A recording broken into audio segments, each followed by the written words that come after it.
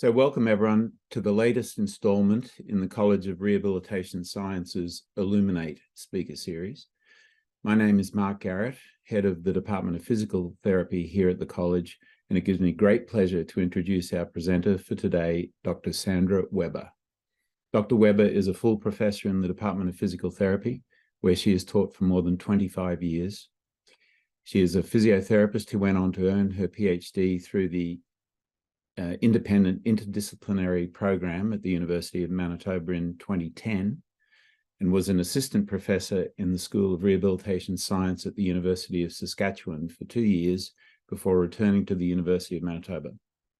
Sandra teaches in the Entry to Practice MPT program and the MSc and PhD research programs in our college, and is the current director of the Applied Health Sciences PhD program. Dr. Webber has over 50 research publications and recently won the Canadian Physiotherapy Association Silver Quill Award for original research, along with colleagues Dr. Parsons and Dr. Thill in our department. Dr. Webber's research largely focuses on physical activity, ambulation, and mobility patterns in older adults. She finds it exciting when her research interests coincide with her personal interests, and that is what she's going to tell us about today. Her talk is entitled Pickleball, What's All the Hype? The psychosocial draw and associated physiological demands. So over to you, Sandra. Great. Thanks very much for that introduction, Mark.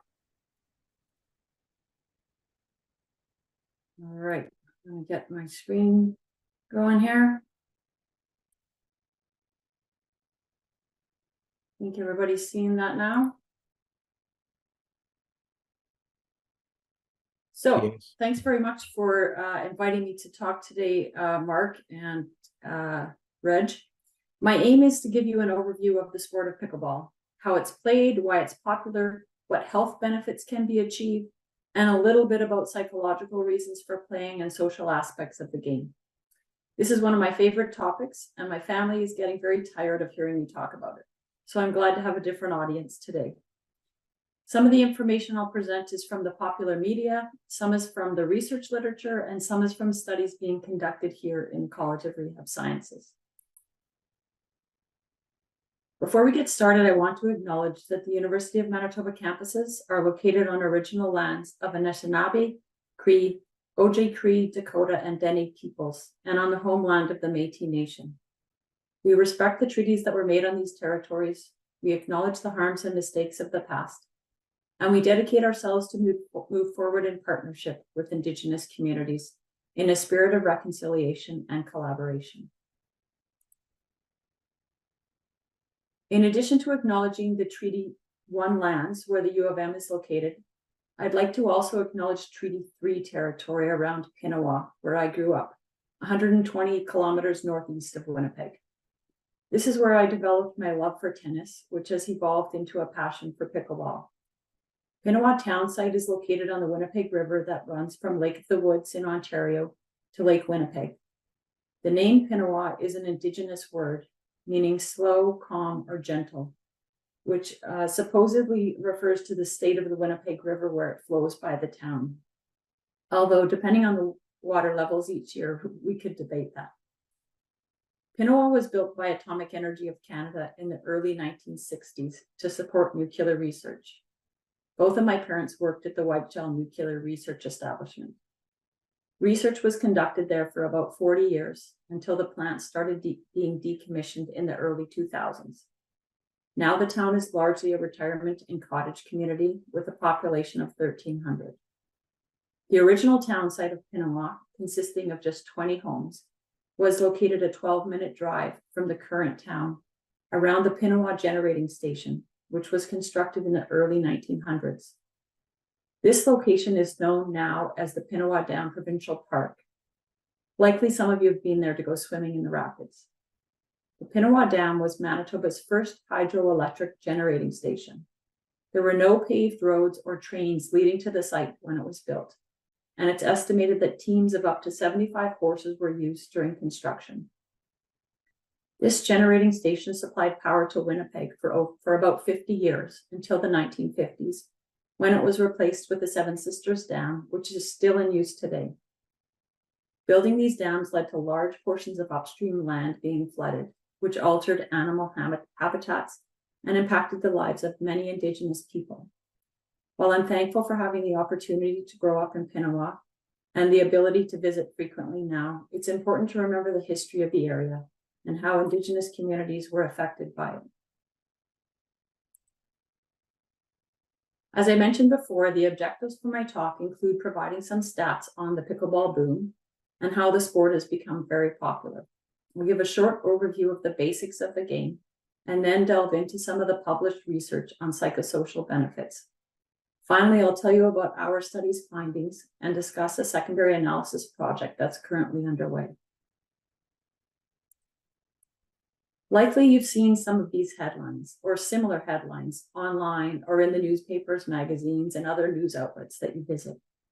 Pickleball is said to be the fastest growing sport in North America, and it's really taken over the last few years.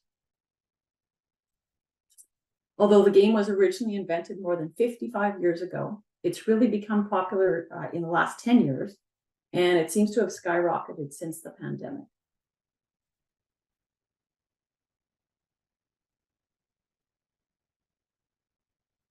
Celebrities like Brené Brown and Leonardo DiCaprio have gone on record talking about how many hours of pickleball they play each day. Luxury resorts are offering pickleball retreats, and professional leagues are cropping up. More importantly, the game has taken hold at the grassroots level.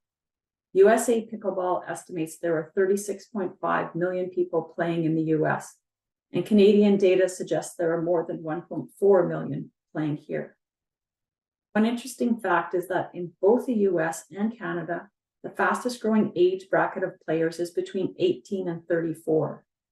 People have traditionally thought about pickleball as a sport for older adults, but it's really gaining popularity now in younger age brackets.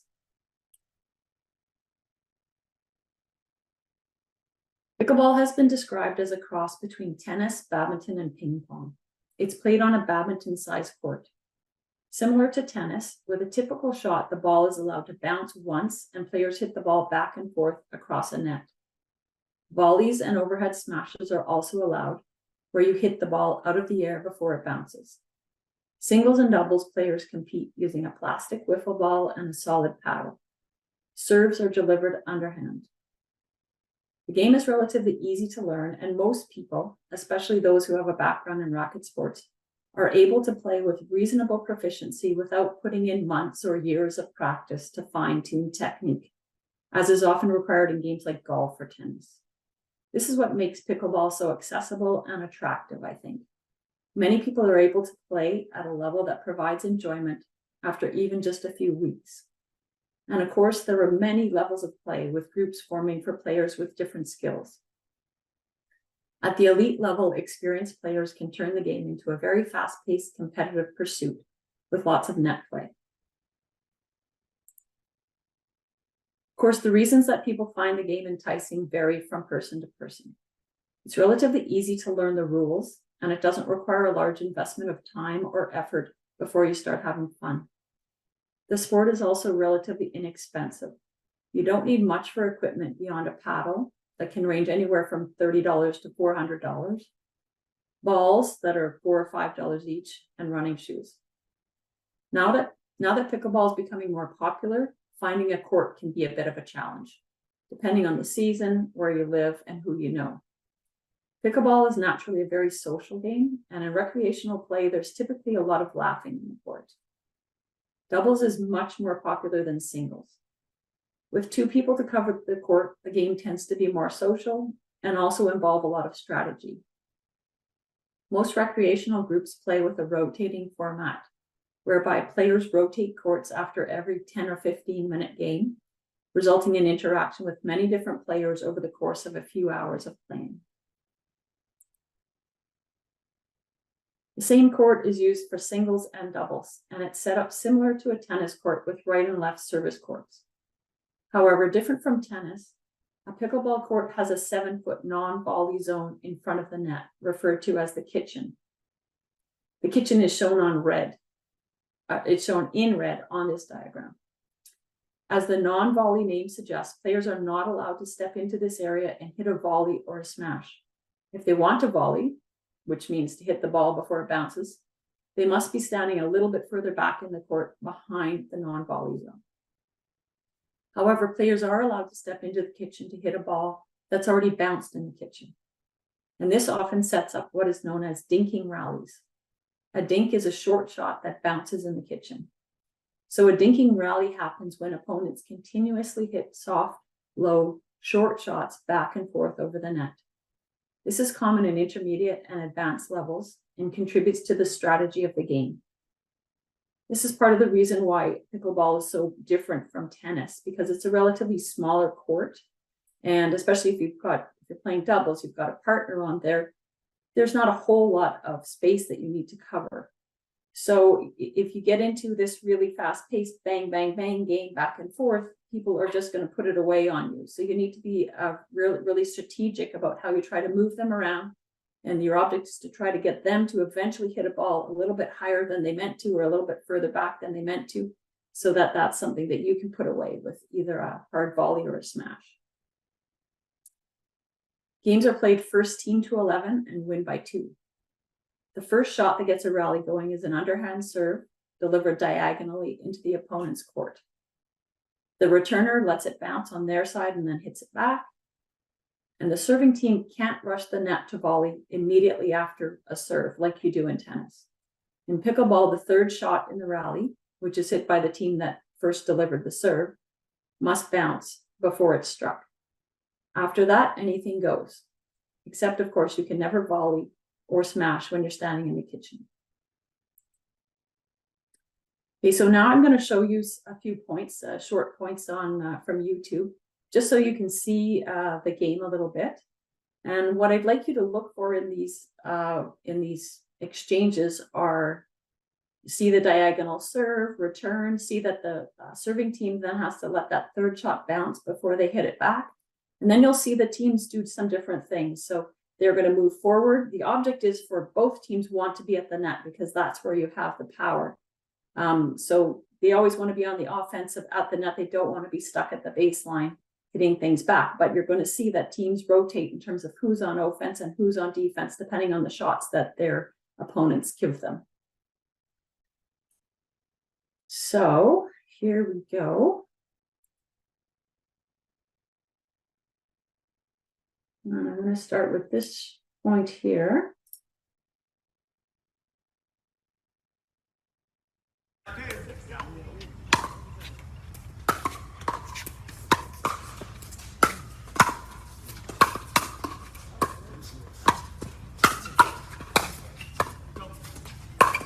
Got it.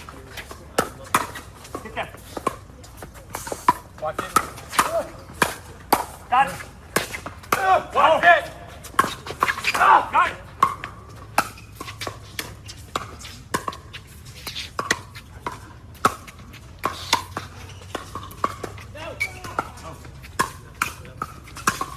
Go. Go. Go. Got it.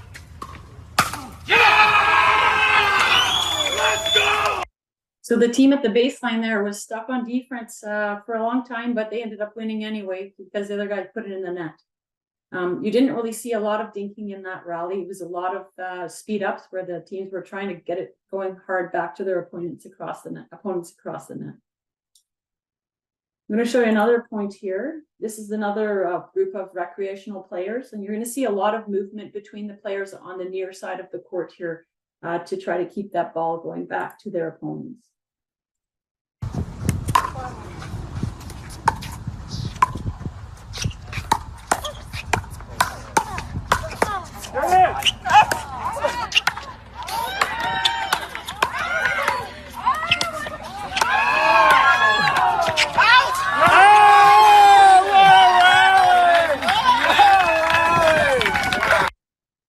Okay, so again, not a whole lot of dinking in there. This is typical for more recreational players, that there's not, people like to hit it hard and they don't necessarily get into long dinking rallies. The last one that I'm going to show you is some professional women's doubles. And you're going to see a little bit more dinking in this rally, but again, not tons. But you're going to see what the pros can do in terms of some different shots. And again, look for the teams switching between their offensive position and their defensive position.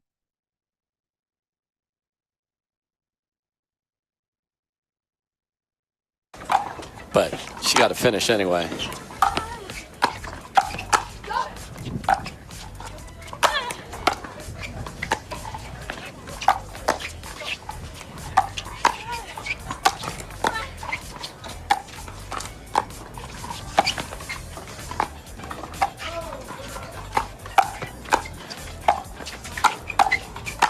Lucy trying to finish. Great defense by the Waters. How about this point? Floor is lava. Oh, yeah. Oh, yeah.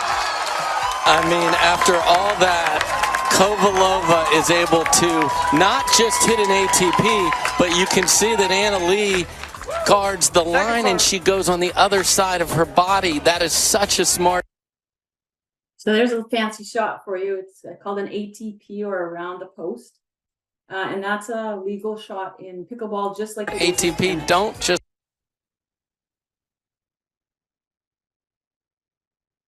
Slides here.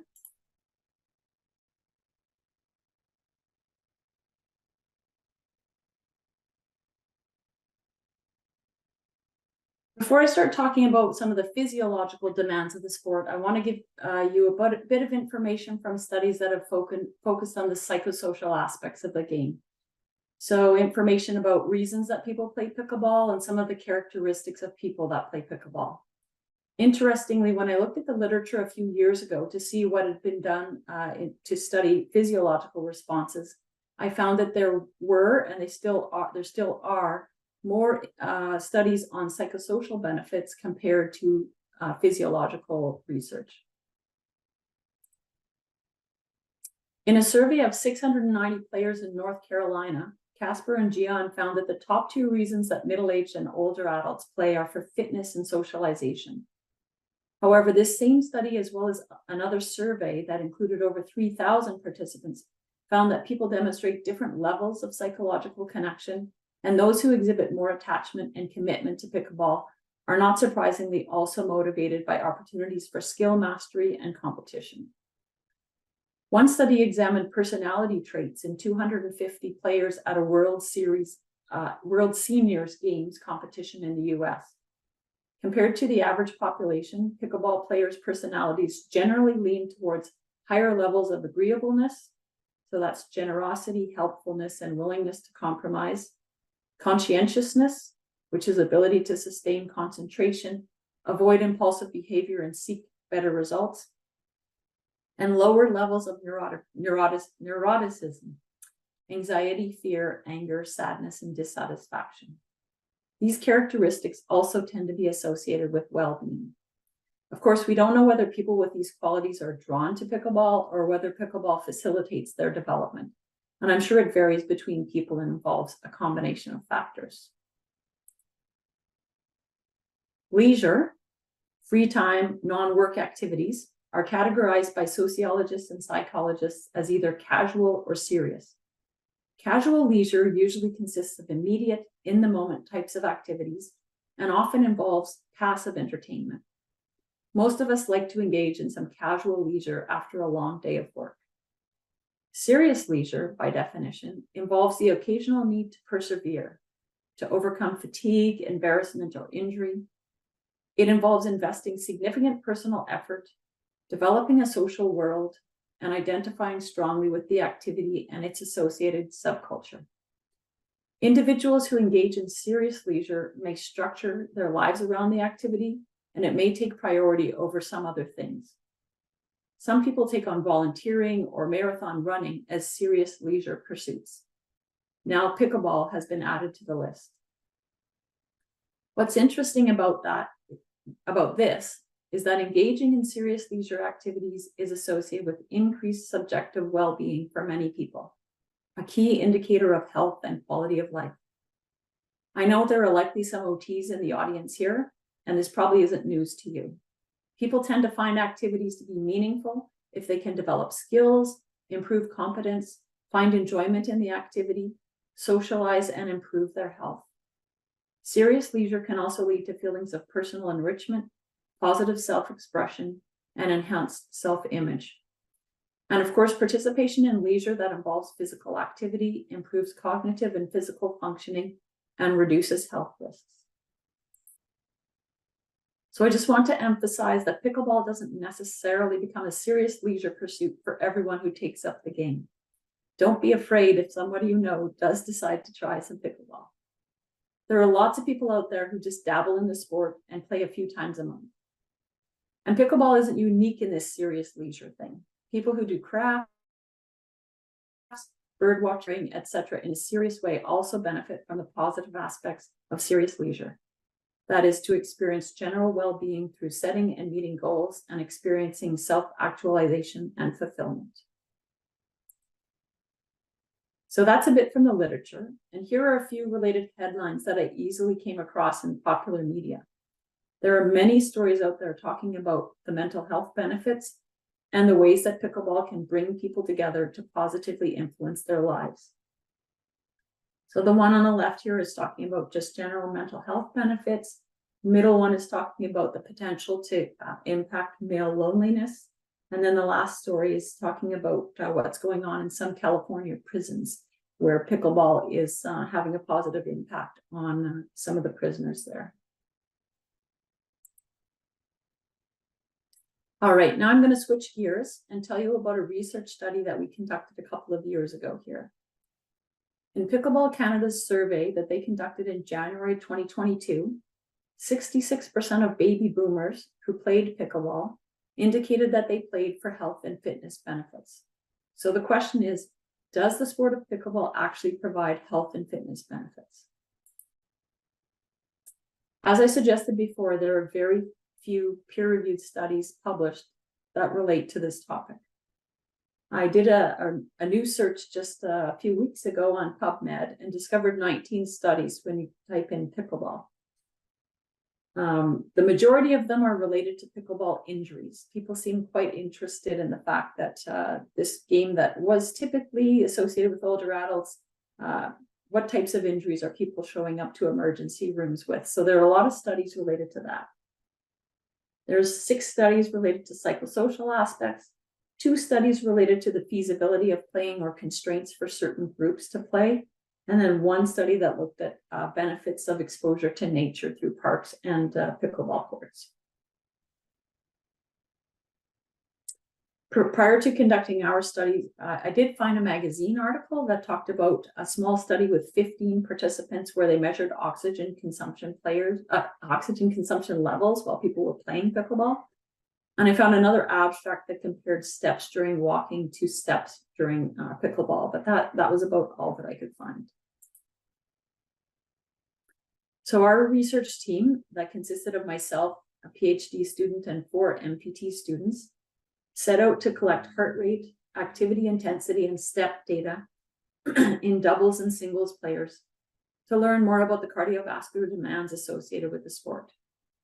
We used Garmin smartwatches worn on the non-dominant wrist to collect information about heart rate, and accelerometers worn on the hip to record steps and acceleration in 31 doubles players and 22 singles players over the summer in 2021. None of our players were true beginners. Many were strong intermediate level players. As listed on this slide, the average age was between 61 and 63, and most people had been playing for 3 to 5 years. The majority indicated that they played more than 5 hours per week, which would be 2 or more outings, as people typically play for 2 or 3 hours at a time. We analyzed our data to determine time spent in different heart rate zones. We estimated maximum heart rate using the formula 220 minus age. The American College of Sports Medicine defines moderate intensity physical activity as that which puts your heart rate in the range of 64 to 76% of estimated heart rate max, with vigorous intensity heart rates being greater than 76% of heart rate max. For a 60-year-old, moderate intensity physical activity would put their heart rate somewhere between 102 and 122 beats per minute. And vigorous activity would make their heart beat more than 122 beats per minute. So what did we find? Well, first of all, I'll say that we recorded data in our doubles participants for a mean time of 106 minutes and our singles participants for a mean time of 71 minutes. And the differences there are not because the singles players were tired and wanted to get off the court, but just because of the ways that the courts were booked. It's much easier to find places and times to play doubles than it is for singles. So we weren't able to have people on the court for as long during the singles. But what's interesting is that we found that the percentage of active time relative to their total time of on court was virtually exactly the same for singles and doubles. So about 78% of the time they were active. So they were recording steps, or they were showing accelerations higher than what we expect at a sedentary level. Steps per hour were significantly different between singles and doubles. So they were higher in singles than doubles, which again is something that we would probably expect to find. I think most interesting was our heart rate results. So our doubles participants spent 38% of the time that they were on court in a moderate intensity heart rate zone, and 34% of their time in vigorous intensity heart rate zone. The numbers were similar for singles. You can see that the percentage for moderate is slightly higher for singles and vigorous is slightly lower. I don't think we should pay a lot of attention to that. The reasoning for the difference in the vigorous time between doubles and singles may have been just because of a little bit of unequal skill matching in our singles players, which is probably got washed out when we had 4 people on the court for doubles. Another thing that might have impacted that is that singles, the rallies tend to be a little bit shorter. So there could be a little bit more just walking between points for the singles. But I think what's most important is that over 70% of the time, the playing time, people were in moderate to vigorous intensity heart rate zones. We also looked at activity intensity using the accelerometer data that we obtained, and we looked at it relative to these Friedson counts per minute thresholds, which are commonly used for determining how many minutes people get per week towards their physical activity guidelines. This is where we saw a little bit of a difference. You can see that moderate intensity percentage was much higher in singles than it was in doubles when we use this method of gauging intensity. And again, this is something we would expect. We would expect that the movement that occurs in singles when there's only one player on the court is going to be more intense. It's going to be faster, probably more quicker changes of direction, more changes of direction. So that's what these data are showing here. But again, what I think what's most important when we think about the individual person playing pickleball is what happens to their heart rate. And that's really what we were most interested in.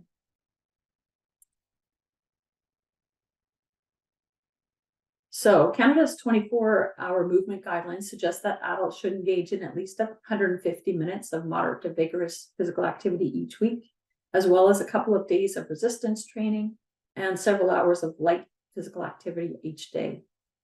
Given those goals, we found that 72% of pickleball playing time was at the moderate or vigorous intensity level. So if people were on court for about 3.5 hours per week, they would be able to reach their physical activity goal of 150 minutes of MBPA. Again, most pickleball people play for 2 or 3 hours at a time. So if they go out a couple times a week, they should easily meet those guidelines. Of course, it depends a little bit on what group they're playing with and how much time they need to spend between games. So it's about time on court that would influence how much time they're actually going to need to reach their guidelines each week. I stumbled upon a copy of Pickleball Canada and Pickleball Ontario's long-term development plan on the web. And I thought it was interesting to note that they include recommendations for all different levels of play. So there's more levels than what I've just included on this slide here. The 2 of the ones for comparison is the highest level is competitive for life. And I thought it was interesting that they do give some specific recommendations about the amount of playtime and the amount of other training that people should be doing if they want to be at this level of competition. So they say at least up to 120 minutes per session and 3 to 5 times per week, as well as doing some other resistance training. What was disappointing for me was to see that for the the active for life category, that they didn't give any specific benchmarks at all. And of course, I understand this is going to depend on what other activities people are doing within their week, but thought that it would have been good if they at least referred back to physical activity guidelines and included that in their recommendations that people can find on the web. Shortly after our study was published in the Journal of Aging and Physical Activity, it was picked up by some other news outlets like the Washington Post, Winnipeg Free Press, and some online pickleball newsletters. I also did some interviews with American radio stations and pickleball bloggers. They were all a lot of fun and a good way to get people talking about physical activity intensities associated with the sport. Some of you may have seen the recent news released by Apple's Heart and Movement Study in October of this year. In this study, they analyzed over 250,000 pickleball and tennis workouts through data that's voluntarily shared by people who wear Apple Watches and participate in this named study. In comparing tennis and pickleball, they found that pickleball sessions were generally slightly longer than the tennis sessions, and that there was more variability in the length of time that people played pickleball compared to tennis. The average heart rates for both sports were in the moderate or vigorous zone for the majority of the playtime, with tennis having slightly higher heart rates, 9 beats per minute greater for average heart rates. This figure in the top right corner here was recently released by Apple, and it just shows that people who have Apple Watches are now logging just as many pickleball workouts as tennis workouts. So the green sloping line here is pickleball workouts and the gray line is tennis workouts. So you can see that they're both at the same level now. And it seems like the tennis workouts maybe vary. Again, this is just people who are logging them with their Apple Watches, but they seem to vary a bit more with the season rather than pickleball is just making a continuous rise up there. I want to end off today's talk by giving you a sneak peek at some of the analyses that we're currently conducting with the data that we previously collected. Because pickleball involves a lot of rapid changes in direction with forward, backward, side to side movement, as well as reaching and jumping, it may provide a good stimulus for bone, and doing activities to maintain bone density is certainly important as people get older. There's different ways that we can use the accelerometer data that we collected to determine potential implications for bone health. I'm currently working with Dr. Rob Price from the University of Winnipeg and another group of MPT students to analyze the raw acceleration signals to determine peak vertical acceleration and vector magnitude accelerations experienced by our participants. There's other research that has demonstrated strong relationships between cadence, which is steps per minute, with peak vertical acceleration and peak loading rates. 1 second blocks of time that have 3 or more steps detected in that 1 second corresponded to peak acceleration and peak loading rate thresholds shown to be beneficial for maintaining bone mineral density in previous studies. Brief spurts of high cadence activity with rest periods interspersed are believed to be relevant in this regard. And fewer than 100 instances at these levels each day is probably enough to have a protective effect. Our very preliminary analysis suggests that pickleball can contribute substantially to meeting these levels. Data are shown for one participant in the right corner here. This person achieved 3 steps per second, 123 times in 2.5 hours of pickleball. The numbers aren't quite as high for everyone. When we looked at our sample, we found that doubles participants averaged 67 instances and singles participants averaged 77 instances of getting 3 steps per second during their pickleball data collection time. But I do think that these findings are encouraging, and we're looking forward to continuing our analyses using the raw acceleration data to see what we can see there. So that brings me to the end of my talk. Hopefully you've learned a little bit about the game and have some appreciation for reasons for its popularity and physical activity intensities associated with play. Thanks for the invitation to talk today about the exciting work that we're doing here at the College of Rehab Sciences.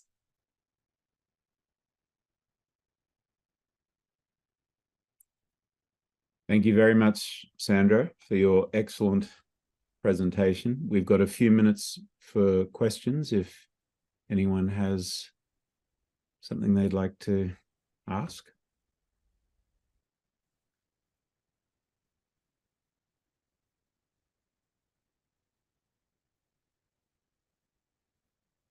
I might have a little bit of trouble seeing hands go up, so you can just speak up.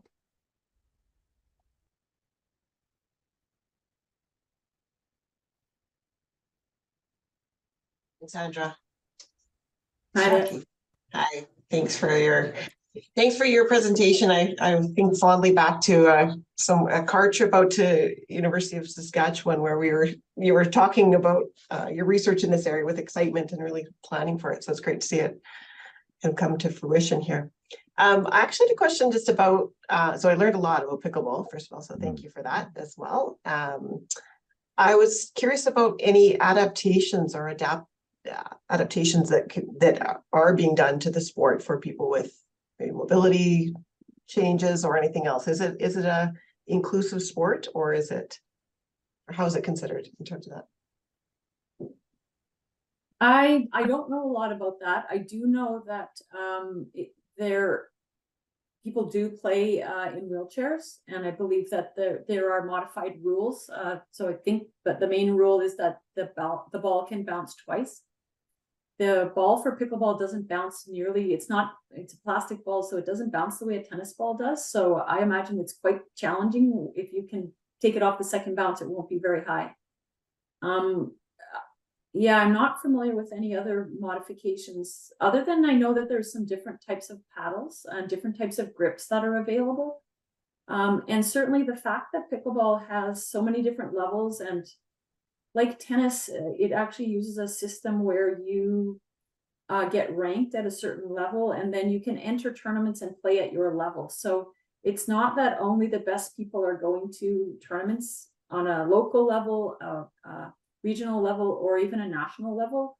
People of all different levels are welcome to play at these tournaments. So you would play in the 2.0 category or the 3.5 category or whatever your ranking is, so that people can get competition that's appropriate for their level. Thank you, Jackie. Michelle. Thanks for that presentation, Sandra. It's interesting to hear more about your research and what's happening more broadly in the pickleball arena, so to speak.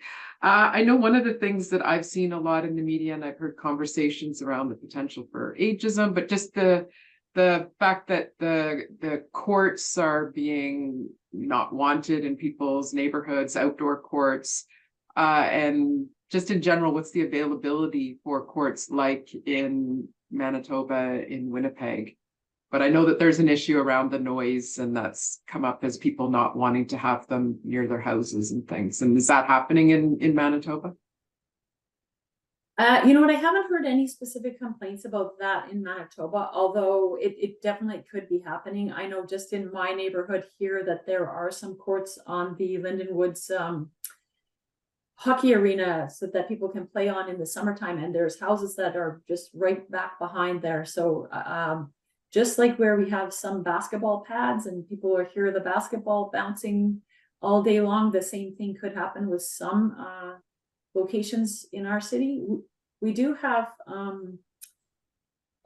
the best facility, the most courts is St. James courts that were just put in last fall. So we've only had one full playing season, and they're out by the airport. So they are somewhat removed from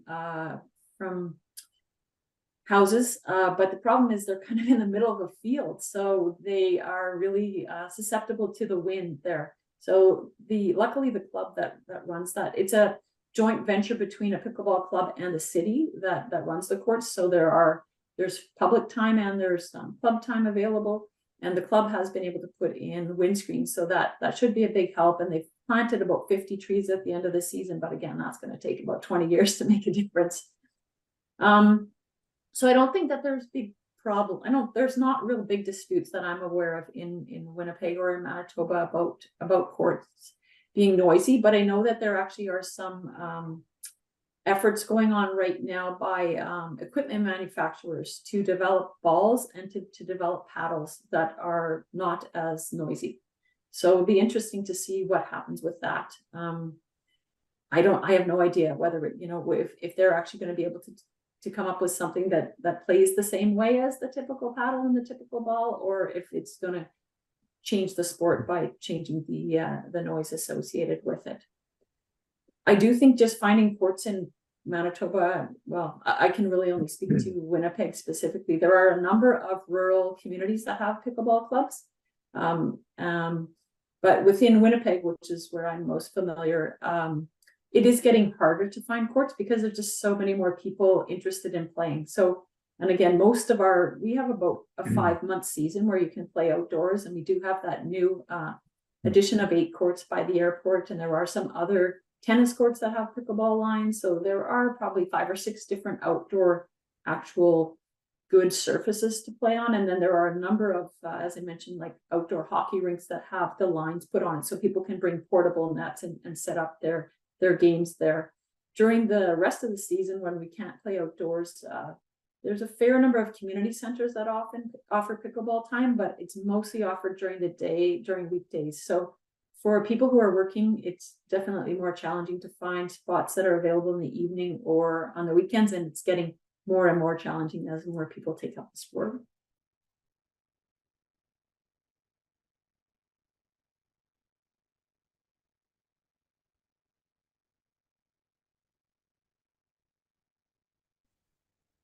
Hi, Sandra. Hi, Liz. Thanks for the presentation. And I like your picture at the end there. We did a little physio pickleball lesson. So that was great. I'm very curious when you're talking about pickleball resorts, and am curious about this, like this whole pickleball travel thing that's sort of taking off too.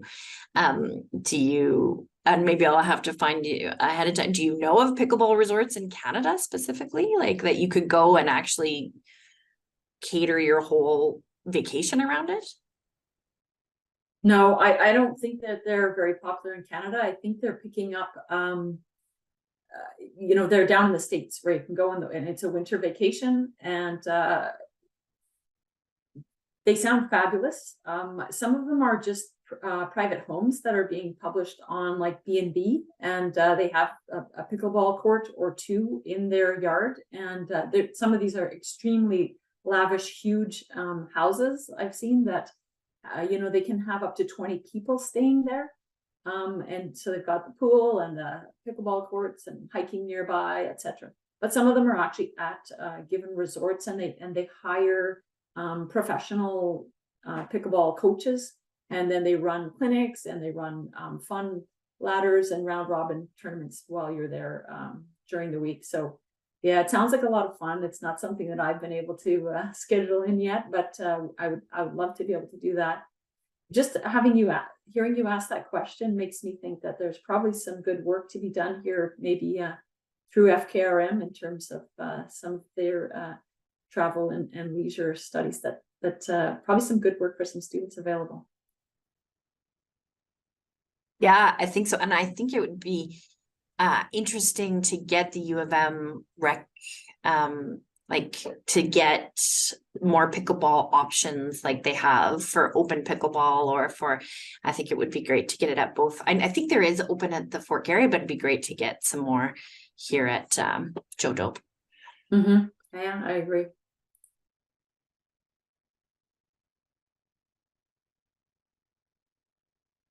Thank you, Liz. I see there's a comment in the chat from Michelle regarding strong pickleball clubs in Dauphin, using summer tennis courts, and in other seasons using schools and rec centers gym space. So it's there are opportunities out there. Yeah, and I should say that Portage actually has some beautiful outdoor courts, 6 relatively new outdoor courts on their in their park there, right beside their outdoor pool. And as I mentioned, there are a number of very strong rural community clubs all around the province, and there are lots of pickleball tournaments that are put on by these rural clubs. The majority, you can play just as many tournaments outside of Winnipeg as you can inside of Winnipeg these days. So it's really great to see the rural clubs not just serving their communities, but opening things up for everyone to come and play.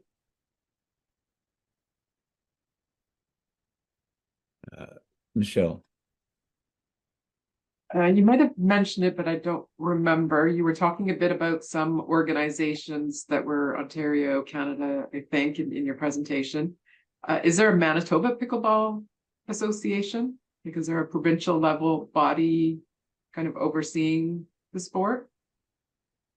Yes, there is. And I do have a slide here I can just show you. So there is a provincial Pickleball Manitoba organization. And so they do have a website, and they have a lot of information on that website about where you can play indoors, outdoors, within Winnipeg and outside of Winnipeg. So yeah, we do have a provincial body. And then underneath umbrella of Sport Manitoba and like receives provincial funding and all the rest of it. Okay. That's correct. Yeah. Mm. Yeah.